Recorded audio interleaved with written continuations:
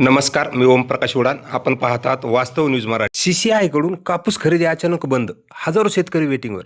शासकीय हमीभावाने कापूस विक्रीसाठी नोंदणी केलेल्या हजारो शेतकऱ्यांसमोर मोठं संकट उभं राहिलं असून CCI कडून शुक्रवारी दिनांक 27 फेब्रुवारीपासून कापूस खरेदी बंद करण्याचा निर्णय जाहीर करण्यात आल्याने अनेक शेतकरी कापूस विक्री न होता वेटिंगवर राहिल्याचं दिसून आले.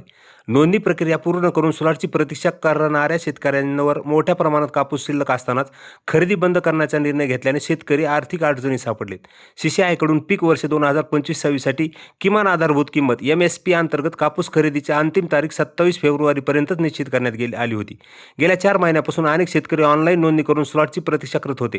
मात्र अचानकच खरेदी बंद झाल्याने नोंदणी करूनही कापूस विक्री न झालेल्या हजारो शेतकऱ्यांना न्याय मिळावा, खरेदी केंद्रांना मुदतवाढ द्यावी आणि हमीभावाचा लाभ सर्व पात्र शेतकऱ्यांना मिळावा अशी मागणी जोर धरत आहे. आता शासन व CCI प्रशासन पुढे काय निर्णय घेते याकडे संपूर्ण शेतकरी वर्गाचे लक्ष लागले आहे. नमस्कार, मी तात्यासाहेब चिमणे, सभापती कृषी उत्पन्न बाजार समिती घनसावंगी, जिल्हा जालना. आज CCI खरेदी केंद्रावरून जो काही बातम्या आणि माहिती माझ्या समोर येत आहे, तर ती CCIने आणि केंद्र सरकारने असं सुचवलेलं आहे की 27 फेब्रुवारी ही कापूस खरेदीची अंतिम तारीख आहे. परंतु कृषी उत्पन्न बाजार समिती घनसावंगीकडे 7,209 शेतकऱ्यांनी या CCIसाठी नोंदणी केलेली आहे. परंतु आज रोजी 3,947 शेतकऱ्यांनी फक्त 3,947 शेतकऱ्यांनी आज रोजी कापूस खरेदीसाठी आणलेला आहे. उर्वरित 3,262 शेतकरी ते अजून पण कापूस आपल्या घरामध्ये ठेवलेला आहे. ते नोंदणी केली आहे ते ऑनलाईनसाठी, परंतु कापूस घरीच आहे. आणि 27 फेब्रुवारी ही CCIने अंतिम तारीख दिलेली. 27 फेब्रुवारी नंतर 1 किलोही कापूस CCI खरेदी करणार नाही असं लेखी पत्र सर्व केंद्राला CCI कडून मिळालेलं आहे. परंतु घनसावंगी तालुक्यामध्ये घनसावंगी असेल, कुंभार पिंपळगाव असेल, राणी उंचेगाव असेल, या तिन्ही ठिकाणी CCIने आपले खरेदी केंद्र सुरू केलेले होते.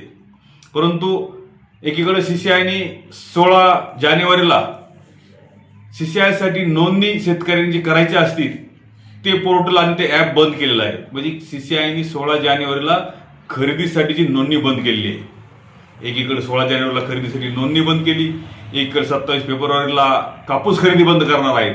आणि मग इतक्या मोठ्या प्रमाणामध्ये शेतकऱ्याची जी नोंदणी झालेली आहे ते शेतकरी बाजार समितीचा सभापती म्हणून आम्हाला सारखे फोन करतायत की आता आम्हाला 27 तारखेनंतर काय करायचंय. म्हणून अनेक लोकांनी आपला पांढरं सोनं आपापल्या घरामध्ये साठवून ठेवलेलं आहे. मधल्या काळामध्ये काही खाजगी कापूस कंपन्या आणि CCI यांच्यात भाव चढ उतार होत होता आणि म्हणून शेतकऱ्याला असं वाटत होतं की आपल्या कापसाला आता अधिकचा भाव मिळेल. म्हणून सर्व शेतकऱ्यांनी नोंदणी केलेल्या 3,262 शेतकऱ्यांनी अजून आपला कापूस खरेदी विना घरात ठेवलेला आहे. आणि एकीकडे या सरकारने 27 तारीख ही खरेदी बंदची तारीख जाहीर केलेली आहे. आणि म्हणून आता ह्या शेतकऱ्यांनी जायचं कुठं हा प्रश्न शेतकऱ्यासमोर आहे. ही CCI जी काही कंपनी आहे ही मुळातच जर म्हणलं तर शेतकऱ्याला अडवणुकीचं धोरण करण्यासाठी आहे का काय असं म्हणलं तर वावगं ठरणार नाही. अनेक शेतकरी यांना ऑनलाईन नोंदणी करायची, यांचं स्लॉट बुकिंग पाहिजे, हे सगळं मोबाईलवर चालू आहे. आणि शेतकरी इतका अजून काही त्या सगळ्या अपडेट नाही की काय करायचं काय नाही. त्याच्यामुळे अनेक लोकांना या स्लॉटची माहिती सुद्धा मिळत नाही. ग्रेडरच्या हातात बी काही स्लॉटचं नाही. झोनवरून जे स्लॉट सुटतायत यासाठी शेतकऱ्यामध्ये प्रचंड नाराजी सूर आहे. ते शेतकरी आमच्याकडे येतात बाजार समिती शेतकऱ्याचे प्रतिनिधी म्हणून. आम्ही आणि आमचे सर्व कर्मचारी त्यांना वेळोवेळी मदत करतो. परंतु या सरकारचं, केंद्र सरकारचं आणि CCIचं आडमुठं धोरण हे शेतकऱ्याला कुठं नेऊन घालणार आहे हे काही माहिती नाही.